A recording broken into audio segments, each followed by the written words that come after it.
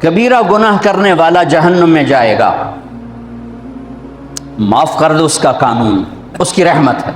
یہ آخری انسان جہنم سے نکلے گا، آخری سب سے زیادہ سزا کاٹ کے نکلے گا۔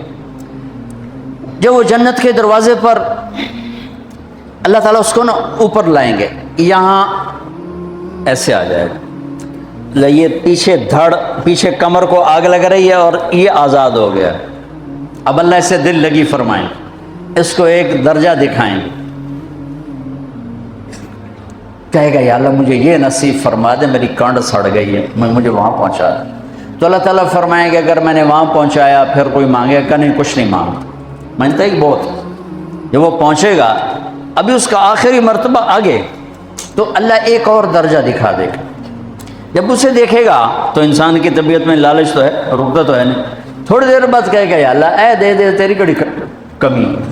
تو اللہ تعالیٰ کہیں گے پھر اور مانگے گا نہیں، بالکل نہیں مانگتا، تو اللہ تعالیٰ وہاں پہنچا دے، پھر ایک اور دکھا دے گا، تھوڑی دیر تو صبر کرے گا، پھر کہے گا یا اللہ کوئی گل نہیں، اے دے دے، تیری ان کا گھاٹا ہے، اور مانگے نہیں، بالکل تیری عزت کی قسم۔ اب اللہ اس کو اس کا اصلی درجہ دکھائے گا، لیکن اب یہ ڈر جائے گا کہ اتنی باری میں چکر بازی کی تھی، جو ہوں مانگیا تھا کہ نہیں واپس جائے، ٹکٹ نہ کر، لہٰذا وہ چپ ہو جائے، مانگے گا۔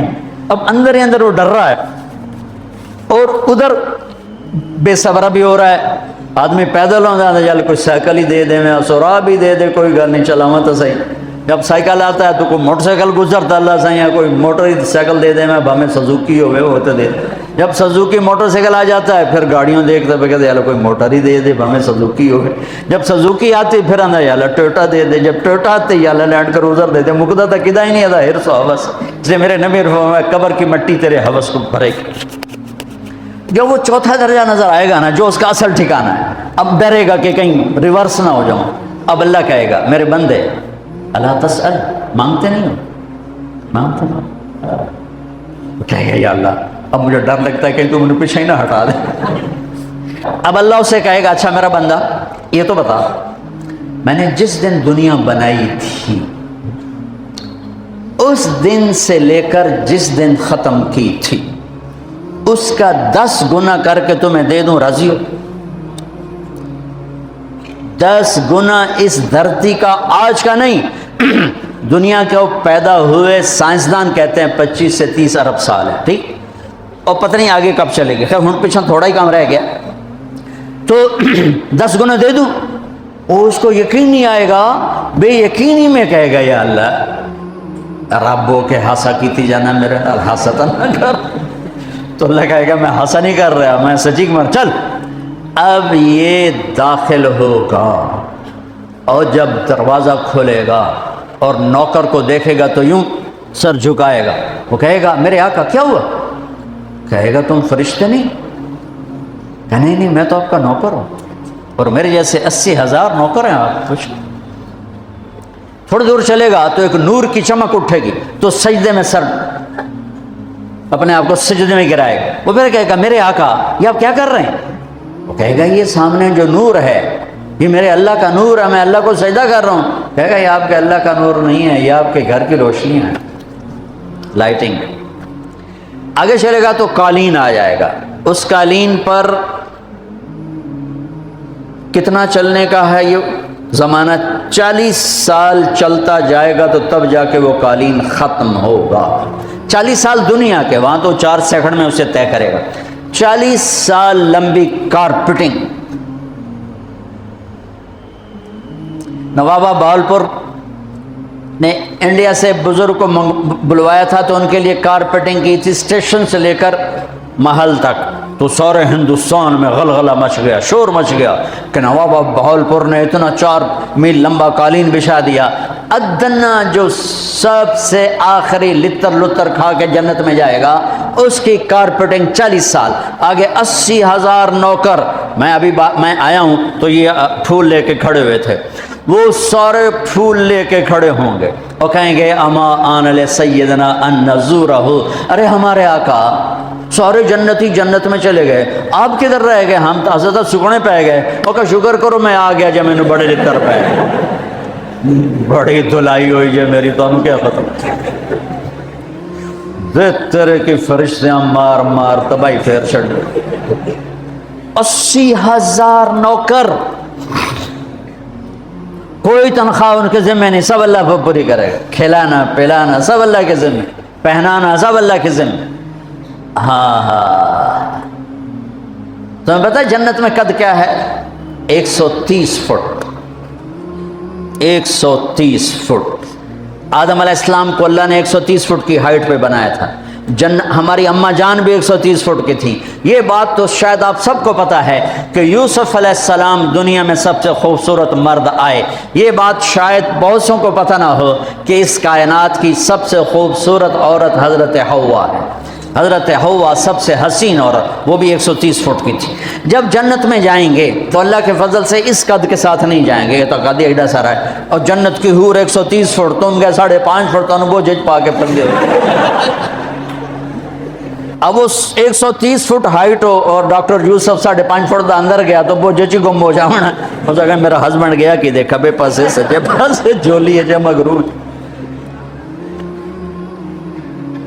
تو 80,000 نوکر کہیں گے کہاں رہ گئے، وہ کہے گا شکر کرو میں آئی گیا جائے۔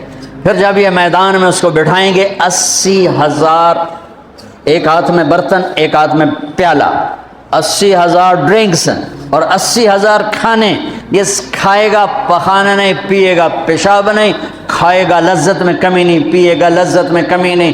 کھانے کا نظام الگ ہے، پینے کا نظام الگ ہے۔ کھا پی کے جب فارغ ہوگا کہیں گے اب آپ اپنے اہلیت سے مل لیں، اپنی بیگم صاحب سے مل لیں۔ جنت کی حور یہ ایک دم غائب ہو جائیں گے، سامنے سے جب پردہ ہٹے گا تو ایک اور کائنات نظر آئے گی، اور اس پر ایک لڑکی یوں بیٹھی ہوگی ایسے ٹھیک لگا، تھوڑا تختی چھوٹا نہیں تو میں دونوں کھاواں ایسے کر کے تو ایسے کر کے بیٹھی ہوگی۔ تو وہ جب اس پر نظر پڑے گی نا جنت کی لڑکی پر، تو اس کی آنکھیں ایسی پھٹی رہ جائیں گی، ایتھے ہی رہ جائیں گے، اور دیکھتے جا رہا 40 سال بس ایسے ہی بیٹھا رہے گا، دیکھتا رہے گا۔ دوزخ کے کالے فرشتے دیکھے ہوں تو حور نو ہے کہ مرے گا نہیں تو اور کیا ہوگا، وکھی جاندہ وکھی۔ آخر وہ بولے گی اما لک فینا من رغبت، میرے آقا آپ میرے پاس نہیں آئیں گے؟ پھر اس کو ہوش آئے گا، ارے بی بی تو کون ہے؟ کہ تیری بیگم اور کون، تیرے انتظار میں بیٹھے بیٹھے گھڑیاں بیت گئی۔ تو یہ سب سے ادنا درجے کی جنت ہے، تو اعلیٰ درجے کی جنت کیا ہوگی؟ اور یہ ایمان والی عورت، یہ ایمان والی عورت جو دنیا میں اللہ اس کے رسول کو راضی کر کے چلی گئی، اس جنت کی لڑکی سے 70,000 گنا زیادہ خوبصورت ہوگی۔ میرے بچوں، اللہ رسول سے تعلق بنا، محمدی بن جاؤ، اور محمدی ڈگری ایسے کھل کے سامنے آتی ہے کہ دنیا بھی تمہاری، آخرت بھی تمہاری، قبر بھی تمہاری۔ یہ تبلیغ اس کو سیکھنے کی ایک خوبصورت محنت ہے۔ اپنی زندگی 24 گھنٹے کی زندگی میں صرف 5 نمازیں فرض ہیں، نہ چھوڑو، نماز نہ چھوڑو، نماز نہ چھوڑو، کسی حال میں نہ چھوڑو۔ میرے نبی کے نواسے نے کربلا میں پڑھ کے تاریخ بنا دی قیامت تک کے لیے کہ کربلا جیسی شدت ہو تو بھی نماز نہیں چھوڑ سکتا۔ روزہ چھوٹ سکتا ہے، مسافر ہے، بیمار ہے، حج چھوٹ سکتا ہے، پیسہ کوئی نہیں، زکوٰۃ چھوٹ سکتی ہے، پیسہ کوئی نہیں، نماز نہیں چھوڑ سکتا۔ نماز نہ چھوڑنا، میں ہاتھ جوڑتا ہوں، نماز نہ چھوڑنا۔ اور زندگی میں 3 کام اس کے ساتھ کر لو، ایک سچ بولو، جھوٹ نہ بولو۔ میرا دیش جھوٹ میں برباد ہو گیا۔ دیانتداری سے چلو، دھوکہ نہ دو، کسی کو دھوکہ نہ، کسی کو دھوکہ نہ دو، بک نہ جاؤ، بک نہ جاؤ۔ تیسرا، کسی پہ زیادتی مت کرو۔ اس کا الٹ کیا ہے؟ جھوٹ نہ بولو، زیادتی نہ کرو، دھوکہ نہ دو، سچ بولو، دیانتداری سے چلو، اور زیادتی نہ کرو۔ تو اللہ کی قسم، رب ذوالجلال کی قسم، جو سانس بھی لوگے نا تو وہ بھی نماز میں لکھا جائے گا، سوتے بھی ہوگا نا تو تمہاری نماز لکھی جا رہی ہوگی۔ ہماری ایک تہذیب ہے، ہماری ایک ثقافت ہے، ہماری ایک شرافت ہے۔ ہم جانور نہیں ہیں، ہم بے غیرت نہیں ہیں، ہمارے رہبر ہیں، ہمارے ہادی ہیں، ہمارے رسول ہیں، ہمارے نبی ہیں، محمد مصطفیٰ احمد مشتبہ تاجدار مدینہ سرور کائنات محمد بن عبداللہ بن عبد المطلب بن ہاشم بن عبد مناف بن قصی بن کلاب بن مرہ بن کعب بن لبی بن غالب بن فہر بن مالک بن نذر بن کنانہ بن خزیمہ بن مدرکہ بن الیاس بن مدر بن نزار بن معد بن عدنان بن اود بن حمیسہ بن سلامان بن عوس بن بوز بن قموال بن ابی بن عوام بن ناشد بن حزا بن بلداس بن یدلاف بن طابق بن جاہم بن ناحش بن ماخی بن عیفی بن عبقر بن عبید بن الدعاء بن حمدان بن سمبر بن یثربی بن یحزن بن یلحن بن ارعوا بن عیدی بن زیشان بن عیسر بن اقناد بن ایہام بن مقصر بن ناحث بن زار بن سمی بن مزی بن عوض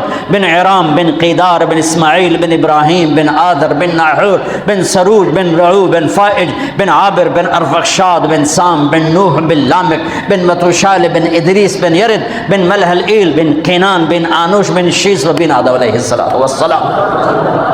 ہاں وہ نبیوں میں رحمت لقب پانے والا، مرادیں غریبوں کی برلانے والا، ہم اس کے پیروکار ہیں، لہٰذا اپنی زندگی میں محمدی بن کے چلو. کل اللہ اپنا دیدار کروائے گا اپنے ہاتھوں سے، اللہ تبارک اللہ کا نبی اپنے ہاتھوں سے تمہیں جام کوثر پلائے گا اور اللہ خود تمہیں شرابن طہور پلائے گا. یہ ایک خوبصورت زندگی ہے. اور یہاں اٹھنے سے پہلے، دعا سے پہلے، کسی سے لڑے ہوئے ہو صلح کر، کسی سے لڑے ہوئے صلح کر. شادی شدہ بھی بیٹھے ہیں، بیگم سے بھی لڑے تو جا کے صلح کر رہے ہیں. یہ اللہ کو صلح بڑی پسند، یہ صلح اللہ کو ایسی پسند ہے کہ اگر دونوں میاں بیوی لڑ کے صلح کر لیں تو پچھلی زندگی کے سارے گناہ اللہ معاف کر دیتا ہے. اللہ اتنا خوش ہوتا ہے. اور سب سے اعلیٰ درجے کا مسلمان ہو جو بیوی سے اچھا سلوک کرتا ہو. اور ایک عجب حدیث سن لو، جب قیامت کا دن مجھے آپ کو بلایا جائے گا، تولو بھائی، تولو بھائی، اسرار صاحب کے عمل تولو، طارق جمیل کے عمل تولو، یوسف صاحب کے عمل تولو، تو میری تبلیغ نہیں سب سے پہلی تولی جائے گی، نہ ایمان تولا جائے گا، سب سے پہلے بیوی سے سلوک تولا جائے گا اور بیوی کا خامن سے سلوک تولا جائے گا. یہ اتنا بڑا رشتہ ہے.